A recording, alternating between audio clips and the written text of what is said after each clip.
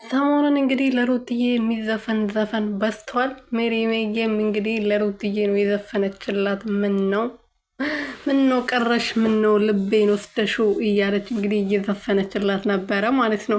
በዚህ አይነት መልኩ እንግዲህ ሜሪዬ ደግሞ በቲክቶክ ፖስቷ ላይ ብቅ ብላለች በአዲስ ነገር። ዛሬ ሩትዬና ሜሪዬ አንድ ላይ ይመጣሉ ብዬ እጠብቃለሁ። ሜሪዬ ሩቲ መታ ትቆጣታለች። ለምን እንደዛ ትላንትና እንደዛ አረግሽ ብላ እርግጠኛ ነኝ።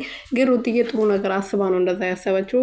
ትላንት ቪዲዮ የተሰራው ቪዲዮ ጠዋት ላይ አይቼ ነበር። ማርያምን ሪፖስት አድርጋ ነበረ ሚስቴ ልጄን ሰታኝ የሆነ ሀገር ለስራ ጉዳይ ሄዳ ነበረ እና ልጁን አንተ ያዝ ብላኝ ነበረ የሄደችው። እና እኛ ልጅ ወልድላል አንበል፣ በተለይ ደግሞ አባቶች ብሎ የተናገረውን ሪፖስት አድርጋለች ሩትዬ ማለት ነው።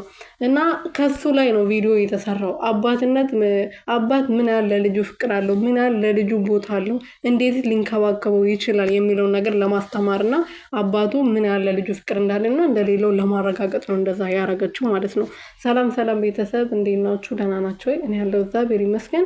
በያላችሁበት ሰላማችሁ ብዝት ትርፍርፍ ይበልልኝ። ሜሪዬ በአዲስ ነገር ብቅ ብላለች። እንግዲህ እንደዚህ እንደምታዩት ማለት ነው አምሮባት ፏፍሽ ብላ ብቅ ብላለች። ለሩትዬ ነው የዘፈነችው። ትናንት አብርሃም ለሩትዬ ዘፍኖላታል። ሩትዬ ደግሞ ከትላንት ወዲያ ለአብርሃም ዘፍናለች ባልልም የሚያሳዝን ዘፍና ነበር የቴዲ አፍሮ።